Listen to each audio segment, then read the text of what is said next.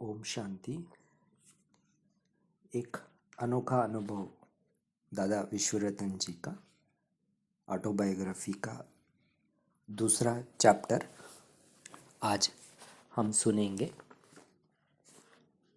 कि दादाजी ओम मंडली के संपर्क में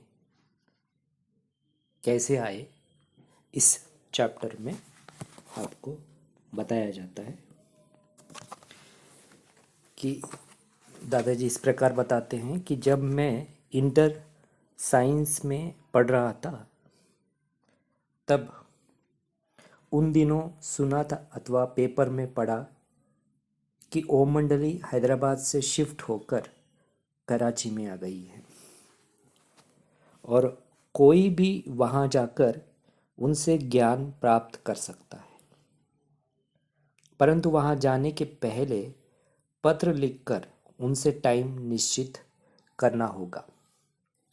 पहले ओम मंडली के विषय में अखबारों में बहुत कुछ ऐसा उल्टा सुल्टा लिखा हुआ था जो कोई भी पढ़े तो उसका माथा ही खराब हो जाए। मैंने भी ऐसा अखबारों में पढ़ा था।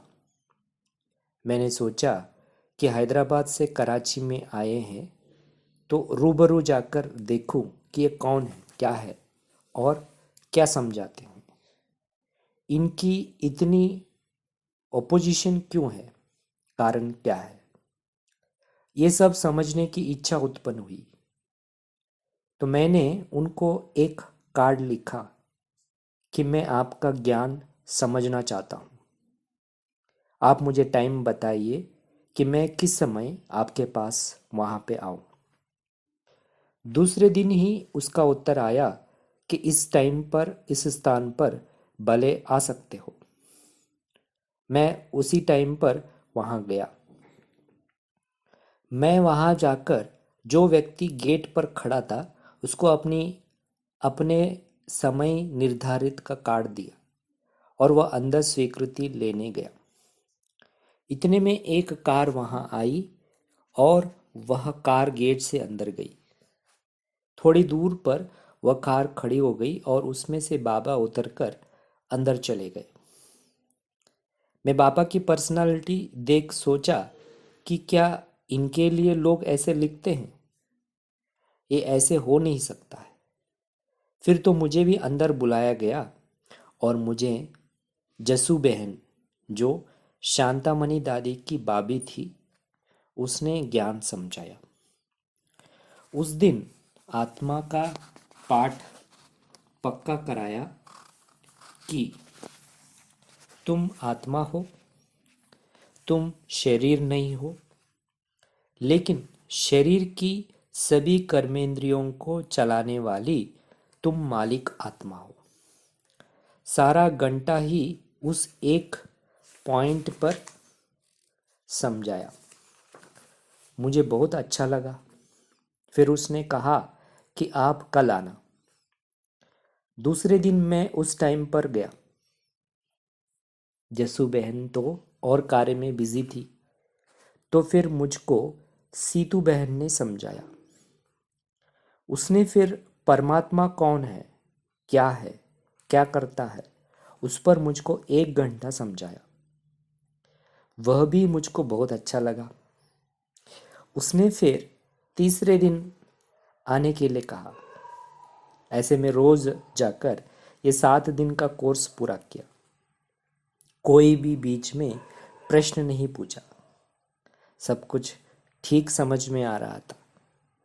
फिर मुझे एक परमिट कार्ड मिला कि आप अब सुबह को रेगुलर क्लास में आ सकते हो।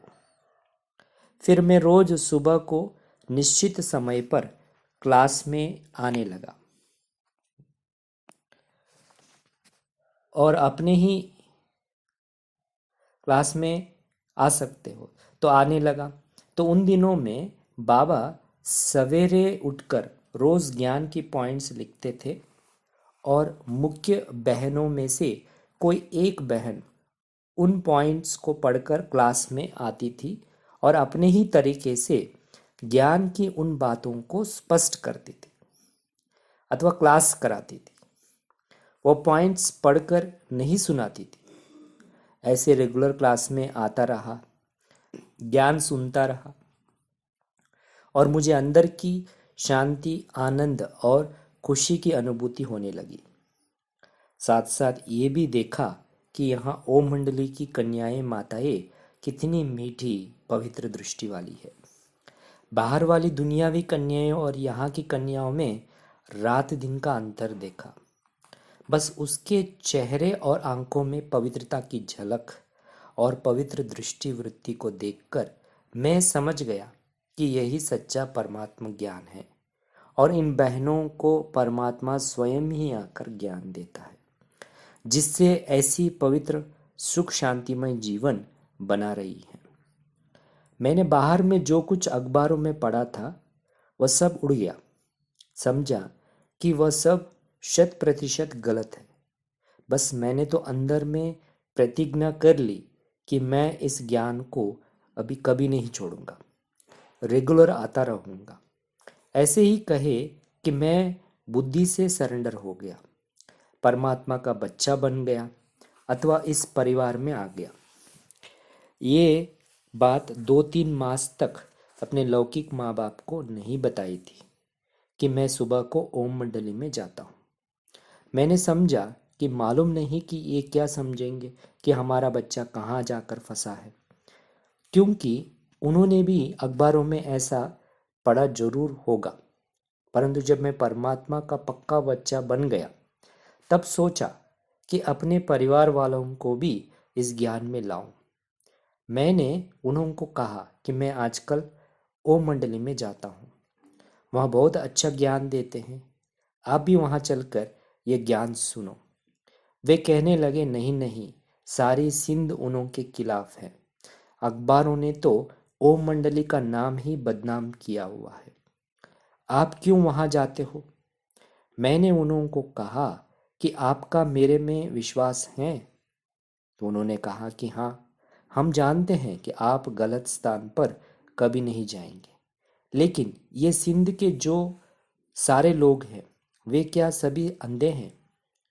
तो मैंने उनको कहा, अगर आपको मेरे में विश्वास है तो मैं ये सत्य कहता हूँ कि जो कुछ आपने अखबारों में पढ़ा है वह सब गलत है। मैं कई दिनों से वहाँ जाकर अपनी आंखों से देख रहा हूँ, कानों से सुन रहा हूँ, जिसके आधार पर मैं आपको विश्वास दिलाता हूँ कि वहाँ बहुत अच्छा सत्य ज्ञान सुनाते हैं, जिससे मनुष्य का सुख शांतिमय जीवन बन जाता है। इसीलिए मैं आपको कहता हूँ कि आप भी वहाँ चलकर अपनी आंखों से देखो और अपनी बुद्धि से निर्णय करो कि ओम मंडली वाले सत्य मार्ग पर हैं या नहीं। तो उन्होंने कहा कि नहीं, हम तो नहीं जाएंगे, लोग क्या कहेंगे कि तुम भी पागल हो गए।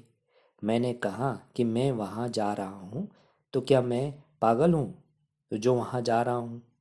आप लोगों के कहने को नहीं देखो, आप स्वयं अपनी आंखों से देखकर अपनी बुद्धि से निर्णय करो, फिर अगर अच्छा ना लगे तो जाना बंद कर देना। वे कहे हम तो वहाँ नहीं जाएंगे। मैंने भी उनको अधिक कहना छोड़ दिया। मैं तो दिन प्रतिदिन इस ईश्वरीय ज्ञान को अपने जीवन में धारण करने के दृढ़ संकल्प में आता गया। भले कितनी भी बातें सामने आई, लेकिन और ही मजबूत होता गया। उधर एंटी ओम मंडली वालों ने कराची में भी आकर बहुत हंगामा करना शुरू किया। कराची में जो हिंदू मंत्री थे उनको ओम मंडली के खिलाफ उल्टी सुल्टी बातें सुनाकर कहा कि ओम मंडली को बंद करा दो। और फिर साधु वासवानी जी को, जो सिंधियों का एक मशहूर संत था, जिसके हैदराबाद और कराची में बहुत अनुयायी थे, उनको भी उन्होंने उल्टी सुल्टी बातें सुनाकर कहा कि ओम मंडली को बंद करवा दो। वैसे साधु वासवानी बहुत अच्छे संत थे, लेकिन लोगों की उल्टी बातों में ऐसे फंस गए कि साधु वासवानी एक दिन सवेरे हमारे क्लास के टाइम के पहले ही अपने कई अनुयायियों के साथ ओम मंडली का बंगला, जिसका नाम ओम निवास था, उसके गेट पर आकर बैठ गए। उनके अनुयायी सीधा लेट गए।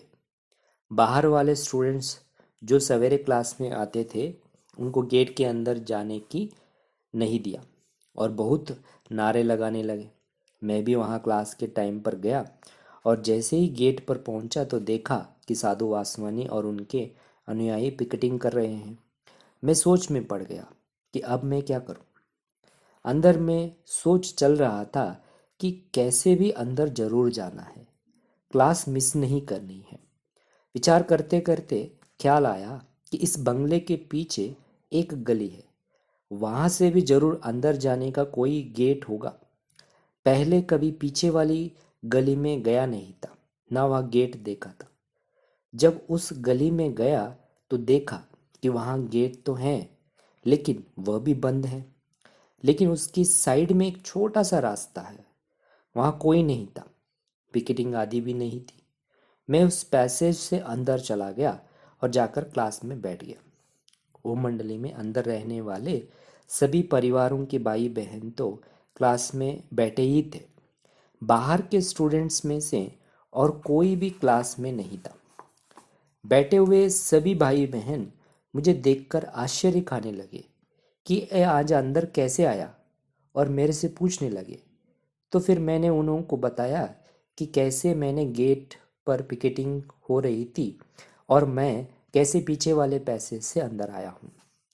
साधु वासवानी और उनके अनुयायी ने ऐसे 2-3 दिन पिकेटिंग की और जुलूस भी निकाले, नारे भी लगाए, मंत्रालय में जाकर भी धरना दिया और चीफ मिनिस्टर और होम मिनिस्टर को कहने लगे कि ओम मंडली को बंद करो। ऐसे उनके हंगामे चलते रहे। वह आप सब ने हिस्ट्री तो सुनी होगी।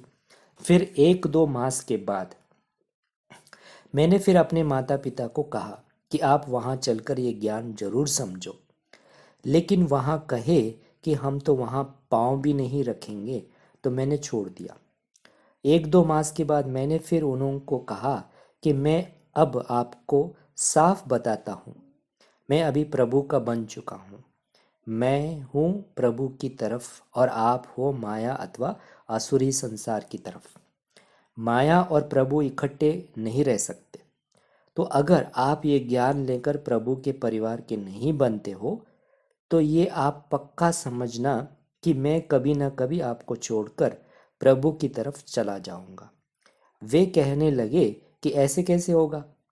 आपको इतना खिलाया पिलाया पालना की, इतना पढ़ाया लिखाया, और आप पहले कहते हो कि हमको छोड़कर चला जाऊंगा। आपका तो फर्ज है हमारी सेवा करने का, कमाई करके हमारी पालना करने का। मैंने कहा, मैं तो चाहता हूँ कि आपकी सेवा करूँ। मैं सिर्फ कहता हूँ कि आप सिर्फ ज्ञान लेकर फिर यहाँ घर में आकर बैठना और कुछ भी नहीं करना। मैं कमाई करके आपको खिलाऊंगा, आपकी पालना करूंगा। जब आप ज्ञान सुनकर अपने में धारण करेंगे तो आप भी प्रभु के बच्चे बन जाएंगे, माया अथवा असुरी संसार से दूर हो जाएंगे, और मैं भी प्रभु का बच्चा हूँ। फिर आप और मैं इकट्ठे रह सकते हैं। फिर मुझे घर छोड़ने की आवश्यकता नहीं। घर में रहते, कमाई करते, ये ज्ञान भी लेते, धारण करते, बुद्धि से प्रभु के बनकर रहेंगे। फिर भी कहने लगे हम तो वहाँ बिल्कुल ही नहीं जाएंगे। तो मैंने उनको साफ कह दिया कि आप चलकर ज्ञान नहीं लेंगे तो फिर आप ये समझ लेना कि मैं किसी न किसी दिन जरूर आपको छोड़कर वहाँ चला जाऊँगा। फिर मुझे यह नहीं कहना कि तुमने हमको इतला भी नहीं दी। उन्होंने फिर भी यही कहा कि हम तो वहाँ बिल्कुल ही नहीं जाएंगे, तो मैंने भी छोड़ दिया। इसके बीच में मैं जो इंटर साइंस पढ़ रहा था उस पढ़ाई से भी मेरी रुचि खत्म हो गई। इस ज्ञान की रूहानी पढ़ाई में जैसे जैसे रुचि बढ़ती गई वैसे वैसे उस लौकिक पढ़ाई से रुचि खत्म हो गई और आखिर मैं उस पढ़ाई को भी छोड़ ही दिया। कराची में ओम मंडली को देखने और ज्ञान सुनने के लिए हजारों लोग आए। कोई एक दिन आकर चले गए, कोई तो 2-4 दिन ज्ञान सुनकर चले गए। कोई कोई 1-2 मास ज्ञान में चलकर चले गए, कोई कोई 6 मास भी ज्ञान में चलकर छोड़कर चले गए। बाकी थोड़े ऐसे रहे जो आते रहे। इन बाहर से आने वालों में तो 3 भाई थे, कृष्णा, विष्णा और वरियल। जो मैं रोज ज्ञान सुनने के लिए क्लास में तो आते ही थे, लेकिन शाम को भी यज्ञ सेवा अर्थ ओम मंडली में जाते थे। बाबा की जो मुरली चलती थी उसमें से पॉइंट्स निकालते थे, फिर उनको अंग्रेजी में ट्रांसलेट करते थे, टाइप भी करते थे, लिथो भी करते थे और छोटी छोटी किताबें बनाते थे और बड़े बड़े लोगों, मंत्रियों आदि को देकर आते थे। ये हम त्रिमूर्ति बाइयों की ड्यूटी थी। धीरे धीरे एक मूर्ति तो निकल गई, बाकी 2 मूर्ति रही। आखिर में एक दिन हम दोनों, कृष्णा और मैंने सोचा कि अब हम दोनों अपने को पूर्ण रूप से समर्पण करके ओम मंडली के अंदर जाकर रहे अथवा इस ब्राह्मण परिवार में आ जाए। ये बात हम दोनों ने मम्मा को जाकर बताई। तो मम्मा ने सारा समाचार पूछकर हम दोनों की अर्जी को स्वीकार किया और हम दोनों को आज्ञा दी कि आप इस बंगले में जाकर रहो। तो 1939 में क्रिसमस की छुट्टियों के वे दिन थे जब मम्मा ने हम दोनों को छुट्टी दी कि भले आप अंदर आकर रहो। तब मैंने अपने माता पिता को कहा कि मैं कल जा रहा हूँ। उन्होंने पूछा, कहाँ जा रहे हो? मैंने कहा, मैंने तो आपको पहले ही कहा था कि मैं किसी न किसी दिन चला जाऊँगा, तो अब मैं वहाँ ओम मंडली में ही जा रहा हूँ।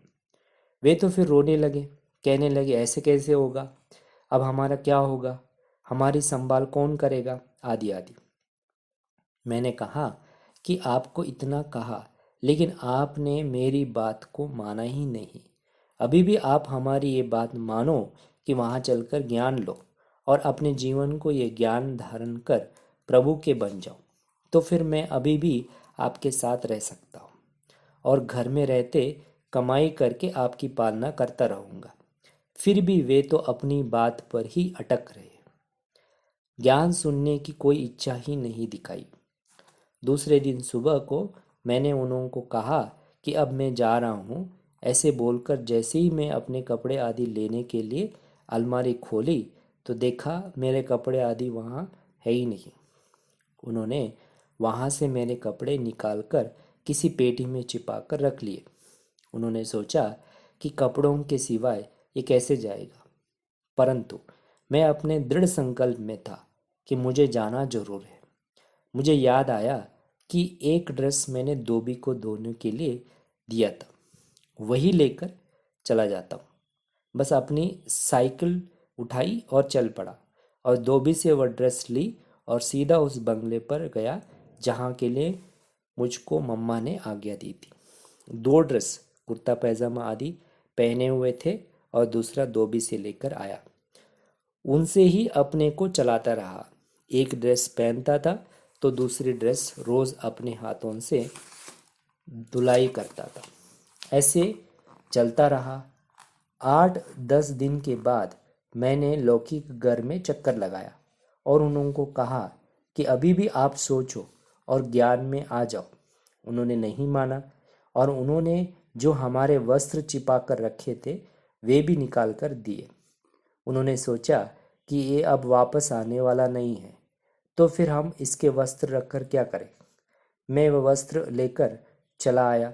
फिर 1-2 मास के बाद जाकर कहा कि अभी भी आप सोचो। फिर भी उन्होंने नहीं माना। तो फिर मैंने कहा कि अब मैंने अपना फ़र्ज़ अदा कर दिया, मैंने अपनी तरफ से पूरी कोशिश की और अब मैं हमेशा के लिए जा रहा हूँ। फिर उनके पास नहीं गया।